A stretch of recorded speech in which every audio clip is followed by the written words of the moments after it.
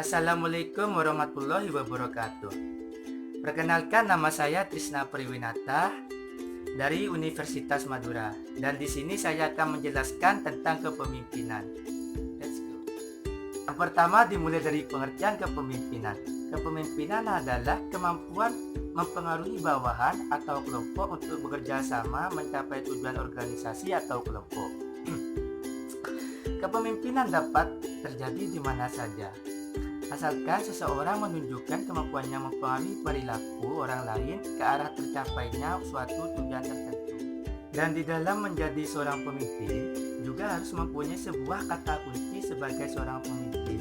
Contohnya, mengarahkan, membimbing, memberi tauladan terhadap masyarakat, mempengaruhi, memfasilitasi, mendukung, memotivasi, dan lain-lain. Fungsi kepemimpinan. Tugas pokok seorang pemimpin adalah mengantarkan, mengelompokkan, memberi petunjuk, mendidik, dan membimbing.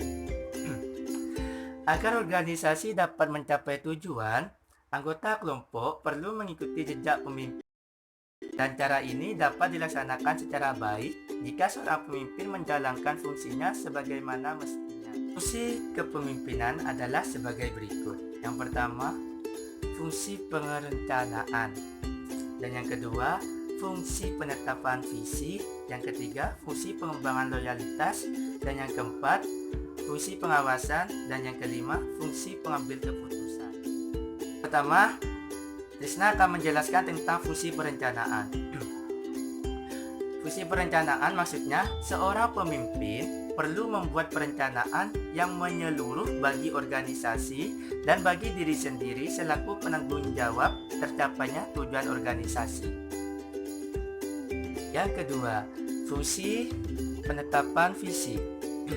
Maksudnya, seorang pemimpin yang senantiasa memiliki visi ke depan atau visioner berarti selalu waspada terhadap kemungkinan yang akan terjadi. Hal ini memberikan jaminan bahwa jalannya proses pekerjaan ke arah yang dituju akan dapat berlangsung terus-menerus tanpa mengalami hambatan dan penyimpangan yang merugikan. Dan oleh sebab itu, seorang pemimpin harus peka terhadap perkembangan situasi baik dalam maupun di luar organisasi, sehingga mampu mendeteksi hambatan-hambatan yang muncul, baik yang kecil maupun yang besar. Yang ketiga, fungsi pengembangan loyalitas. Maksudnya, pengembangan loyalitas tidak saja di antara pengikut, tetapi juga untuk para pemimpin tingkat rendah maupun menengah dalam organisasi. Dan untuk mencapai kesetiaan ini, seseorang pemimpin sendiri harus memberi teladan baik dalam pemikiran, kata-kata, maupun tingkah laku sehari-hari yang menunjukkan kepada anak buahnya. Pemimpin sendiri tidak pernah mengingkari dan menyeleweng dari loyalitas. Segala sesuatu tidak akan dapat berjalan sebagai mestinya. 4. Fungsi pengawasan. Maksudnya, fungsi pengawasan merupakan fungsi pemimpin untuk senantiasa melihat pelaksanaan rencana. Dengan adanya pengawasan, maka hambatan-hambatan dapat segera ditemukan untuk dipecahkan sehingga semua kegiatan kembali berlangsung menurut acuan yang telah ditetapkan dalam rencana. 5. Fungsi pengambilan keputusan. Maksudnya, pengambilan keputusan merupakan fungsi kepemimpinan yang tidak mudah dilakukan. Oleh sebab itu, banyak pemimpin yang menunda untuk melakukan pengambilan keputusan. Bahkan ada pemimpin yang kurang berani mengambil keputusan. Seorang pemimpin perlu selalu bersikap penuh perhatian terhadap anak buahnya. Pemimpin harus dapat memberi semangat, membesarkan hati, dan mempengaruhi anak buahnya agar rajin bekerja dan menunjukkan prestasi yang baik terhadap organisasi yang dipimpinnya. Lanjut ke tipe kepemimpinan. Tipe kepemimpinan ada 8. Yang pertama yang akan dibahas adalah kepemimpinan klasik. Maksudnya, kepemimpinan klasik adalah pemimpin yang ditandai oleh sifat donatif. Selanjutnya lanjut ke tipe kepemimpinan. Tipe kepemimpinan ada 8 macam. Yuk kita bahas Yang pertama, tipe kepemimpinan klasik. Kepemimpinan klasik adalah kepemimpinan yang ditandai oleh sifat dominatif, direktif, otoritatif, dan para pengikut harus patuh atau taat melaksanakan perintah pimpinan dan tertutup pertanyaan. Sifat-sifat tersebut ada karena pemimpinlah satu-satunya otoritas yang berhak menafsirkan kebenaran yang sah. Kedua, kepemimpinan berdasarkan sifat pembawaan. Teori ini meyakini bahwa pemimpin itu dilahirkan yang berarti pembawaan, bukan dipersiapkan atau didikan. Sifat pembawaan pemimpin meliputi kualitas jiwa dan raga yang dapat digunakan untuk membedakan pemimpin dan pengikut. Contoh sifat pembawaan misalnya kecerdasan intelektual, tubuh yang gagah dan tinggi, kepercayaan diri yang tinggi, dan tingkat energi.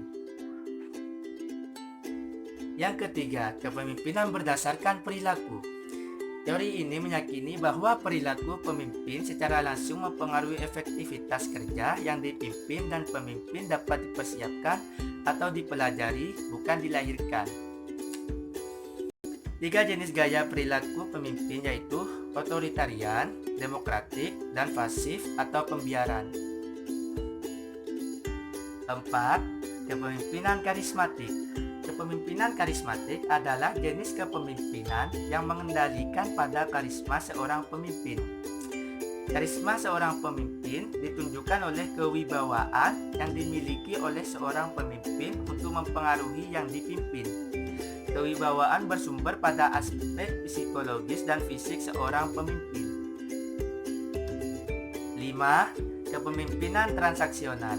Kepemimpinan transaksional adalah jenis kepemimpinan yang mengandalkan transaksi antara pemimpin dan yang dipimpin. Artinya, ada kesepakatan atau tawar-menawar antara pemimpin dan dipimpin.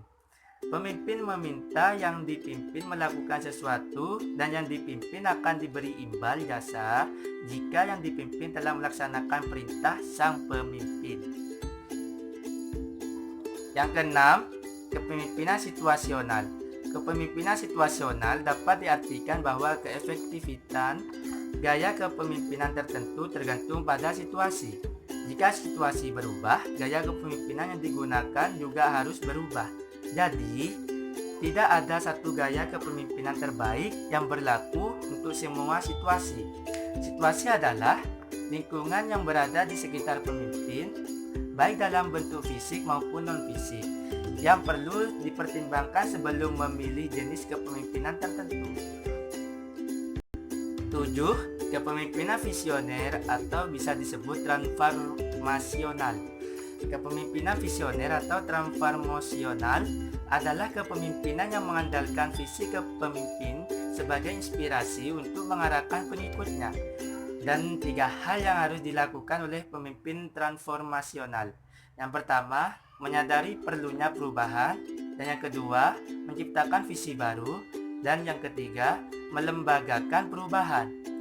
Dan dalam literatur, paradigma ini sering disebut paradigma ideal, khususnya untuk melakukan transformasi organisasi. Yang kedelapan, kepemimpinan organik. Dalam kepemimpinan organik, pemimpin tidak menjadi figur sentral, akan tetapi kelompok secara keseluruhan menjadi kuncinya. Konsensus kelompok yang bisa menentukan siapa yang seharusnya menjadi pemimpin dan berapa lama. Jadi, kepemimpinan tak perlu bersarang pada individu tertentu, meskipun individu tersebut menduduki peran kepemimpinan untuk tujuan tertentu. Kompleksitas masalah yang dihadapi oleh organisasi membuat pemimpin sentral tunggal tidak lagi relevan. Perspektif dan kemampuan majemuk sangat diperlukan untuk memecahkan kompleksitas masalah yang dihadapi oleh suatu institusi atau organisasi. Ya, itulah penjelasan mengetahui kepemimpinan menurut saya. Dan apabila ada kata-kata yang kurang jelas, dimaklumi. Ya, jangan lupa like dan subscribe. Sekian, terima kasih dari Trisna Priwinata. Assalamualaikum warahmatullahi wabarakatuh.